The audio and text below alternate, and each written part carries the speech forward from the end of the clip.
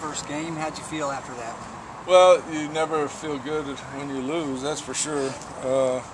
We had opportunities early in the game, and we just seemed to not make it a game because we didn't capitalize on those things. You know, we gave them, I thought, 3 penalties, gave them third down conversion penalties. Then we stopped them 3 times, you know, after that. So, I mean, you know, we just didn't do it. Then the play that really hurt us, we had two a lineman and a receiver break it on the interception in the end zone. Would have made it 14-10 with 2 minutes to go in the half. That probably just changes everything too. You know, momentum changes the way the game, you know, keeps going. But, you know, there were some positive things.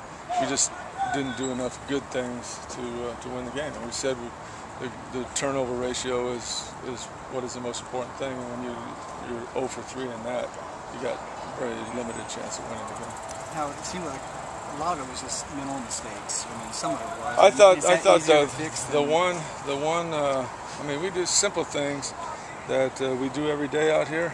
That the guys, we call it the fog of war. They go after doing it right 100 times. The first time you do it in the game, they don't do it what they're supposed to do, and that's frustrating. But it's football and it's young kids, and you know, you got to get all that corrected if you want to win a game. After watching film, what do you think about Garrett's performance? And, you know, he did a lot of good things. I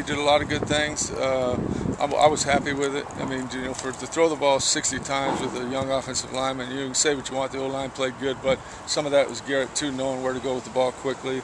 When he got pressured, he knew where to go with it, and he threw it away when he knew to throw it away. And you know, the third down conversions were 12 out of 20 or whatever it was, is because he didn't take sacks. And you know, you still leave yourself a chance if it's not 3rd and 18 or 3rd and 20. If it's 3rd and inside of 10, you leave yourself a chance to convert. And that's what he did. And so he did a lot of positive things. I'm pleased with where he's at. And you know, he hadn't played in a year and a half, so you're going to have some things that come up in the game that he wishes he did differently. But that's how life is, you know. You said after the game that you called a lot of very quick passes to get the ball out. Now that you've seen the way Garrett reacts and makes some of those quick decisions to avoid sacks, is that something you taper back? We got to make big plays. I mean, the bottom line is if you can make more explosive plays than the other team and win the takeaway thing, you're going to win most all your games. And when we've done that over the last 7 or 8 years as an offense and team, that holds up. And we didn't. They made more 10-yard runs and more 12-yard passing gains than we made. And so we gotta. You got 92 plays, but your per attempt has got to go up better. So to answer your question, yeah, we got to make some plays down the field. And Dieter, did you expect him to get more playing time or anything? You know, he's just done a good job in practice, and he's done a good job in the game, just like he does in practice. You throw the ball around him, he makes a catch, and you know, that's how he was in high school. That's why we took a chance on him, because he's not a 4-4 guy, but he makes plays, and he did that again in a Division I game. So to answer your question, yes, he'll certainly get a consideration to get in there a little bit more. Overall, how did you feel about the offensive line's performance? I thought they played above what I was anticipating. Yeah, they played much better. Brian Collins played very well. I thought the center played well. Gottschalk, I mean, we played good. Jordan Free played good. You know, we're going to have a real test this week. I think this Stephen F. Austin's defensive line might be one of the better ones we've faced since I've been here. And they've had 4 or 5 years of the same coach, so they're very well coached on defense. So this week we'll get tested. I think Baylor had some good guys, but I think Stephen F. Austin may be better than Baylor's defensive front. You switched punters during the game after Hover had already averaged 45-something yards per punt. What led to the change? Well, we got to see if 99 can do it in a game. He does it in practice all the time, but doing it in a game is different than doing it in practice, and so we had an opportunity to do that, so we did it. What do you think of the defensive backfield? I know that Baylor's receivers are faster than most, but I mean, how do you think they performed? I thought Ack played very well. I thought Chris Parks played good. He got beat late, but he was, you know, he was in there cramping and tired. I thought we had some busts in the secondary.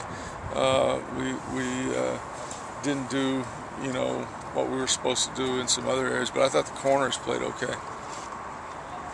Sorry for the elemental question here, but on the linebackers or back, it seemed to hurt you guys twice there, where you had a linebacker back in coverage. Was that a breakdown, or was that what he was supposed to do? We had a breakdown, and we also was supposed to be covering him up, and we didn't cover him up. Yeah. So yes, to answer your questions, he wasn't really where he was supposed to be, but there was supposed to be another guy where, and he wasn't there. Any injuries you can update us on? No, I don't want to talk about the injuries situation. So you guys don't either. Do you need to shuffle anything on the offensive line? Or It looks like Gottschalk is running today, so I think we'll be okay. But, you know, we'll practice as if he's not going to play. And then if he does, that's a plus. And if he doesn't play, would you be comfortable with Dewey or Chris Weeks? And that's what we got to do. We're comfortable with it. We didn't give up a sack with them in there, so that's what we got to do.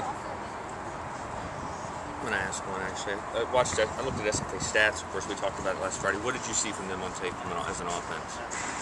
Offense, they're similar concepts to what we do.